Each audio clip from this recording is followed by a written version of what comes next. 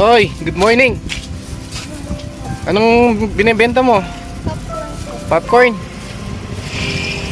Nakabenta ka na? Hindi ka pa nakabenta?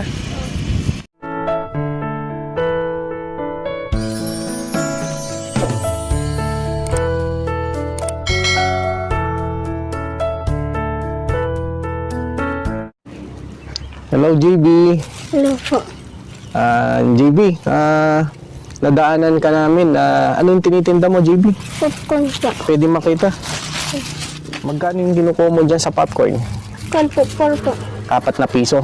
Magkano mo siyang binibenta? 7 po. Bali may 3 piso ka. Ilan kayo magkakapatid? 3 po.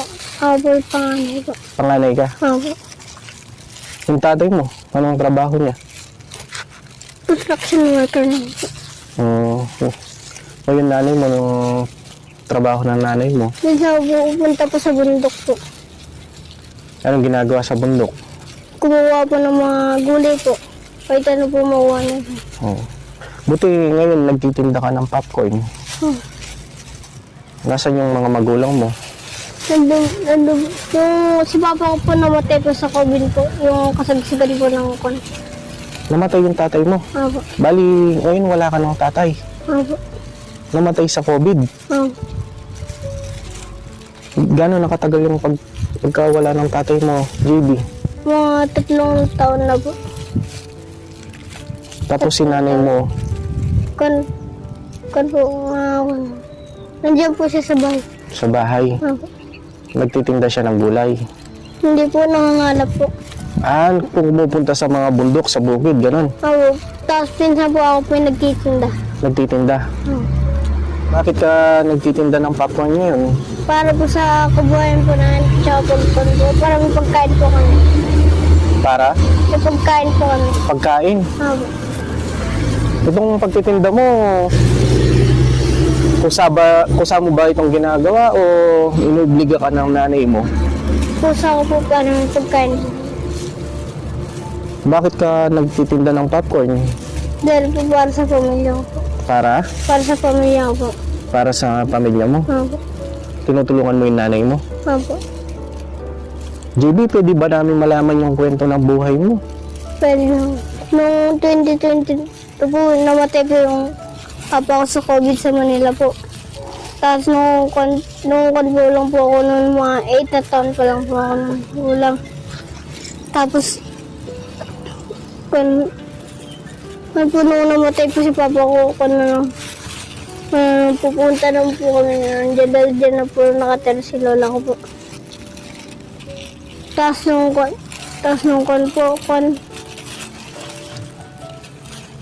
Di naman po namin na po siya. Namatay dahil may sakit po siya noon.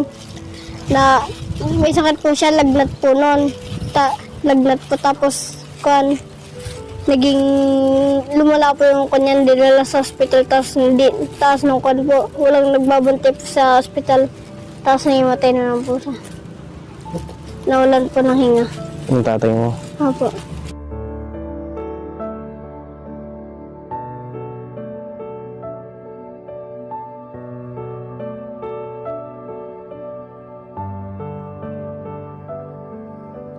Tsaka yung wala na po, nagtitinda na lang po ako dito. Si mama ko ng paninda.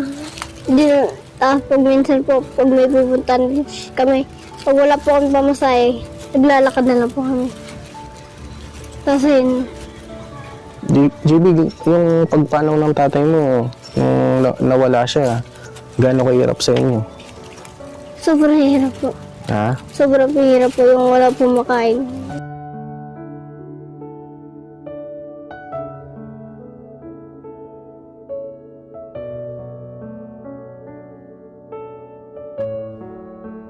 Minsan pag bumukuha ka lang dyan, naabraw naman po naman. Minsan po, kamote po yung binabawa namin pag naglalakad po kami. Yung baon mo sa school, kamote? Opo. Minsan po, wala na rin po. Di na po napabaon. Hindi ka na nagbabaon? Opo.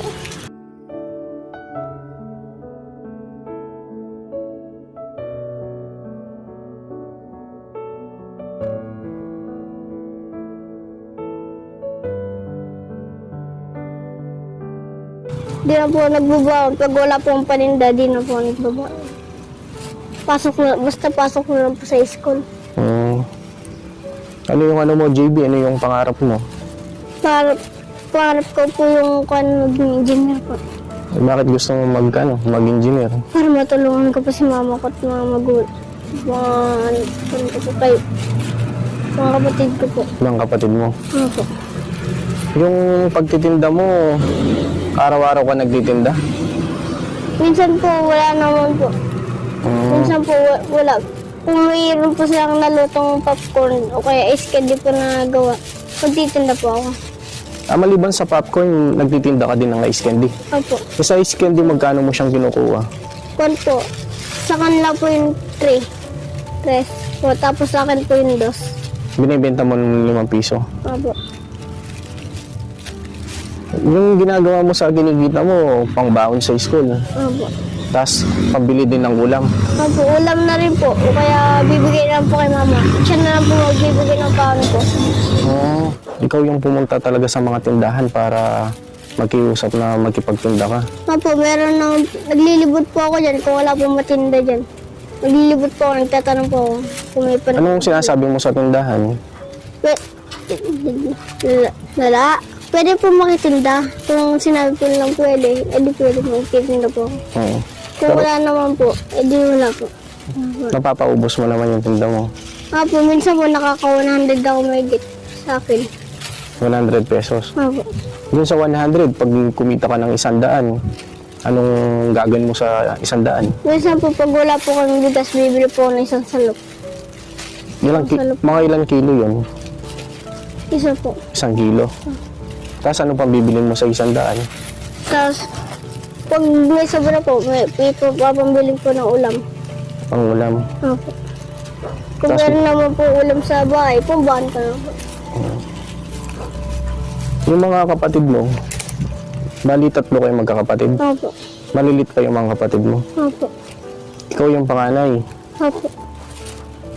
Kumusta yung pag-aaral mo ngayon, JB? Okay lang po. Pinagbubutin mo sa pag-aaral mo? Opo. Ano yung pasok mo, JB? Full day kayo, half day lang sa school? Whole day po. Whole day kayo? Opo. Pag magtitinda po ako, sabi pa nila po sa bunti, pag may pasok naman po ako, sinasabay ko na lang po. Para Pati, yung mga student po, bibili po na. pati sa school nagtitinda ka? Opo. Parang Sabado Linggo, nagtitinda ka din. Opo, Sabado Linggo rin po. Sa school, anong ginagawa mo? Dinadala mo na yung tinda mo. Opo. Tapos, paano yung pagtitinda mo pagka-recess? Pagka-recess po, bibili rin po sila sa akin. Pag naubos na po, ng tanghali, pupunta po ako doon, tapos uwi po sa bahay, tapos babalik na po sa school. Kakain lang po ako sa bahay, tsaka dadala ko po yung school. Ikaw, yung tinitinda mo, kumukuha ka sa tinda mo para magmerenda. Hindi po. Bakit? Dahil kon po masama po. Pag nag-con po, hindi po nagpapalang. Hindi, yung ibig ko sabihin yung nagmimerenda ka sa tinitinda mo. Hindi po. Hindi ka kumukuha sa tinda mo. Hindi. Kahit na para makapagkain ka. Hindi po. Kung Ginagawa ano man po yung bigay nila, ayun lang po yung kukunin ko. Bakit ganito na lang, JB, yung pagsusumikap mo na magtinda? Bakit ganito na lang yung pagsusumikap mo na magtinda ka, natulungan mo yung nanay mo? Alam mo, minsan po, nagkakondon po ako dyan kung walang paninda. Nakikikon po, nakikilinis. Naglilinis ka din? Opo, nagdadamo ako. Nagdadamo? Tapos ano pa? Ayun lang po, pag marami po ako. Sobrang hirap po. Mahirap. Mawalan po na pagkain, tsaka ako tatay. Dahil yung siya rin po yung nagbubuhay sa amin, siya rin po yung parte ng buhay ng kanami. Kung ngayon, JB, kung sakali na kahit nawala na yung tatay mo, anong gusto mong sabihin sa kanya? Kung napapanood ka niya ngayon, o nakikita ka niya ngayon, anong gusto mong sabihin sa tatay mo? Sabi, salamat na lang po sa buhay na binigay niya, tsaka ko na lang po. Tsaka ko na lang po, sorry na lang po sa mga ginawa ko sa kanya dati na mali. Tsaka sa lahat po ng ginawa kong kasalanan dito at yung napapanood yung mga masasama kong ginawa. Sana po maunahan niya na ako. Mahal na mahal mo tatay mo, JB? Opo. Anong gusto mong anuhin sa kanya ngayon na sa pag-aaral mo, pagbubutihin mo? Pagbubutihin ko lang po para po sa kanya. Yung sa ano. Kung ngayon, JB, kumain ka na? Opo, kumain na po. Yung nagtinda po ako kagabi, yung ulo po namin. Nagtinda ka kagabi, tapos yun yung kinain mo ngayon. Opo. Magkano ka kagabi? Magkano yung kinita mo? Mga 100 po. 100? Ito. Tapos binigay mo sa mama mo. Opo, yung sobra po. Tsaka yung pagkain po, kwan po. Bumili na rin po ulam. Ang ulam. Niluto na lang po kami sa Justel, binibigyan po niya kami ng pagkain, tsaka mga inumin o din po. Anong pinagpipray mo, JB? Anong pinagpipray mo sa Panginoon? Sana po kwan pupunta po si Papa ko sa langit, tsaka kwan, yung pagkain po kami sa araw-araw. Kumain namin po uwi sa hotel. Oo. Tsaka salamat po sa Diyos dahil binigyan po kami ng pagkakataon na buhay dito sa mundo.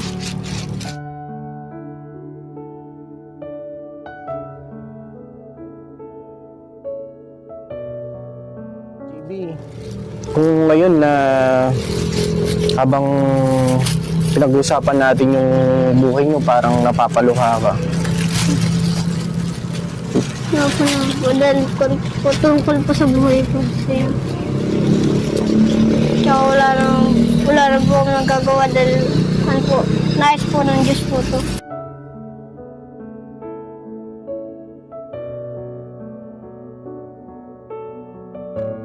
Ano mo, JB? Marunong ka magdasal, JB? Opo. Pwede ka magdasal, JB? Yan lang po. Paano ka magdasal, JB? Ano yung pinagdadasal? Nakapanood po ako. Paano yung pagdadasal mo, JB? Ano yung pinagdadasal mo? Hindi, paano ka manalangin, JB? Dahil salamat po sa kapatuloy na salamat po sa mga ginawa po namin sa mga panginoon niyo po yung mga pagkain namin. Tsaka salamat po sa Diyos dahil binigyan po kami ng buhay, kalakasan, tsaka sa mga physical na mga tawan. Tsaka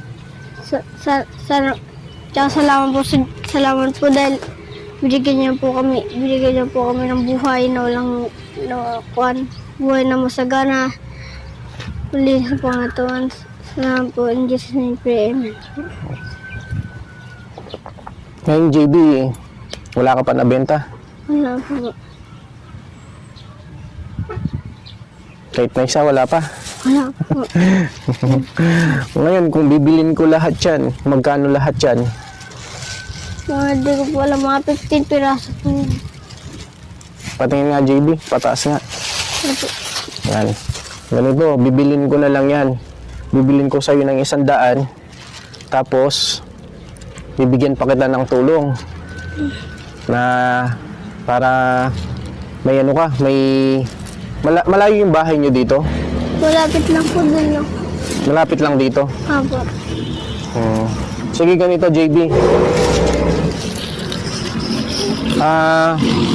Bibilin ko yan. Bibilin ko lahat yan. Bilhin ko na sa'yo ng 100. Tapos pupunta tayo sa inyo. Tapos bibigyan ka namin ng bigas at grocery. Salamat po sa Diyos. Dahil meron na po kami pagkain sa araw-araw. Tsaka may... Tsaka salamat po dito sa channel na po to. Salamat po sa akin. Sa tulong kakanta po ako. Nakakanta ka? Marunong kang kumanta, JB? Apo. Whenever I seen girls and boys wander on the street, I remember the child in the manger as he sleep. That girl like that people giving gifts and changing cars. I believe that Christmas is truly in their hearts. So coming Christmas, please celebrate tomorrow. With nation on the peace, our rule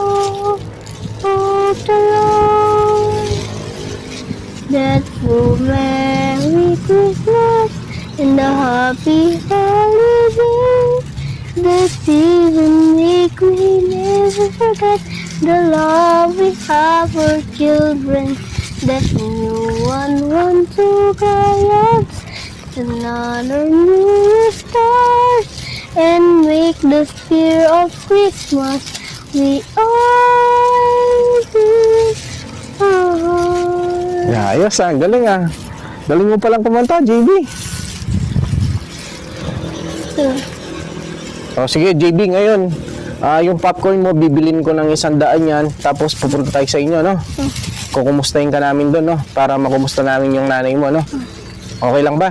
Opo. Sige, JB. Tara, pupunta muna tayo sa inyo. JB, pwedeng tumuloy. Hello po, ate. Good morning po.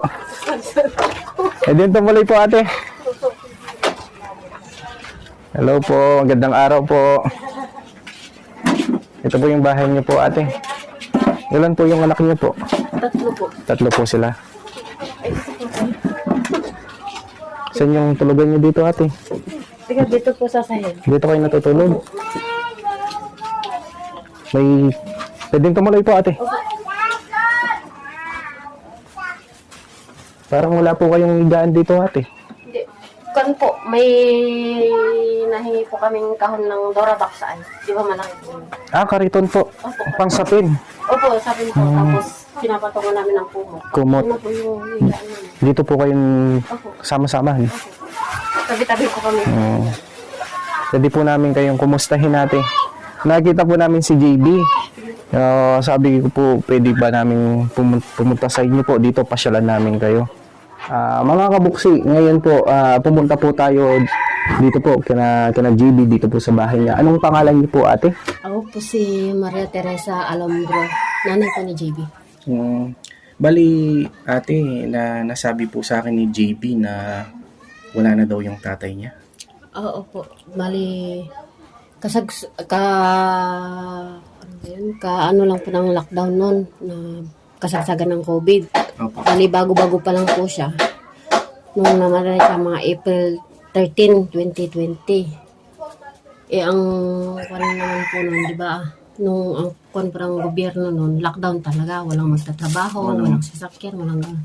Pero nag-open po sila sa mga trabahador ay na talagang kailangan na pumasok. Nagpumilit po siyang pumasok dahil nga po ang panuntunan ng mga kwan. Kung no work, no pay. Opo. Siyempre, nag-aala rin naman po siya kasi anong kakainin namin kasi buntis po ako noon kasi hindi naman po sapat yung aasa ka lang sa ayuda ng barangay. Opo. Saan siya nakikipagtrabaho nun? Sa Makati po. Electrician po siya sa isang hotel. Dumayo po sa Maynila. Hindi po, taga Pasay po siya pero naka ano po siya ng trabaho sa Makati. Malapit lang naman po doon. Doon po siya nagka-COVID. Opo. Paano ate nakwento sa akin ni JB na nung nagka-COVID po yung tatay niya, parang na-lockdown din po siya doon. Doon po siya inabutan po. Nung, di ba, kung siya nag-lockdown po noon, talagang hindi nakakalabas. Pero nung nagsimula silang mag-start ng magpapasok ng mga kailangan talagang magtrabaho. Mga 1 linggo lang po ata nahawa siya. Nahawa. Hindi po namin alam kung saan kasi sa pagkakaano ko naman sa daan. Kasi namimili siya ng ulam namin bago umuwi sa bahay. Sa trabaho naman po nila talagang todo sila doon. Yung sanitize, kasi mahigpit po yung kwan nila. Nung nabalitaan niyo ate na nagka-COVID yung asawa niyo, napuntahan niya po? Hindi po kasama po namin siya sa bahay. Nandun din po kayo? Opo. Bali, ang kwarto po namin doon, maliit pa po itong kalahati nito talaga.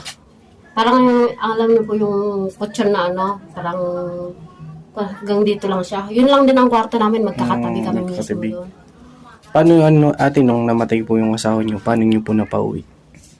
Doon po, di ba, doon po kami nakatira noon sa sa kanila po. Kasi ang kan po noon, bawal yung lumabas yung mga bata, buntis, buntis po ako noon. Kaya lahat po kami sa bahay, oras na may positive pong isa doon, lockdown lahat. Magkakasama po kami lahat doon, lahat po kami hindi pwedeng lumabas. Pinunta po kasi siya sa ospital. kasi nung araw na umuwi siya sa bahay, nilalagnat na siya. Iba na yung, parang yung, iba yung panang katawan niya eh. Init na Pakiramdam niya po, no? lumalabas na sa kanya eh. Tapos, ilang araw lang, pinunta na siya sa ospital. Tapos, noon, simula nung kinuha siya sa bahay, hindi na siya nakita ng anak ko. Na hindi naman. Ito yung pong nangyari po sa asawa niyo po, sa tatay ni JB. Bali, ilang taon na po siya na pumanaw po. Sa 50 na po siya nun. Tapos may history po siya sa baga. Kaya lalong malalang epekto Hindi, sa ilang kanya. taon na po ngayon, ate? Ilang taon na po siyang namatay. Oo. Kung April na nasa 3 years. 3 years na po. Tama nga po yung pagkakakwento ni JB. At kami po ay nagkikiramay, ate, sa pagpanaw po ng asawa nyo.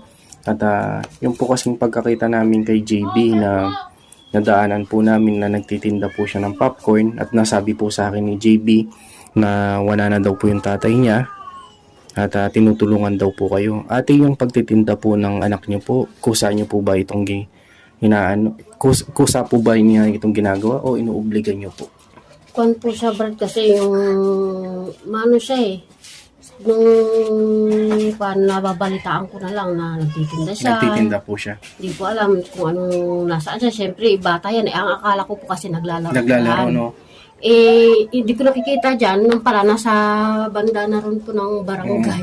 Yung pala, nakikitinda. Pero ganun pa man, ate, iba yung pananaw po ng bata. Yung pong sa mga kabataan ngayon dapat naglalaro, di ba? Pero itong bata, naghahanap po siya ng pagkakakitaan. At nasabi niya sa akin natin na kaya gusto niyang tumulong para daw may pambaon at may bigay po sa inyo.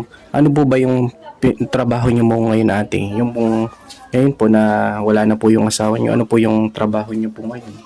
Kasi simula po nung napunta po kami dito, ang naging trabaho ko po, pumupunta po ako ng bundok. Kasi, kasi kami lang din dito eh. Ang mga anak ko noon, simula nung pwede na akong kumilos-kilos kasi, di ba, buntis ako noon hanggang sa makapanganak ako. Hanggang sa pumunta lang ako ng bundok. Kung may tanim, kaya may pagpapalaba, naglalaba ako. Tapos nung kalaunan, hanggang sa ngayon naman, yun pa rin ang ginagawa ko, natigil lang kasi yung nanay ko nga, nag-stay dito. Nagkasakit naman siya. Mailang buwan din siya nagkasakit. Wala rin ibang nag-alaga kundi ako.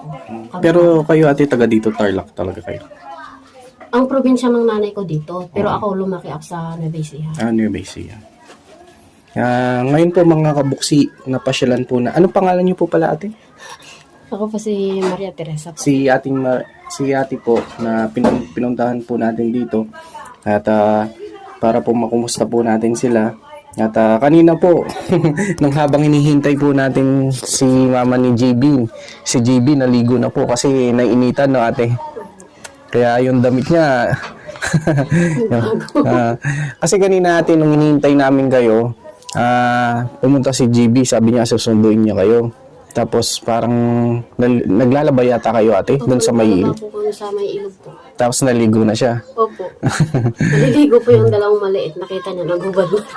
So, ikaw, JB, anong gusto mo sabihin kay mama mo, JB? Dahil ko, siya yung nag-alaga sa amin ng maliit po ng kamay.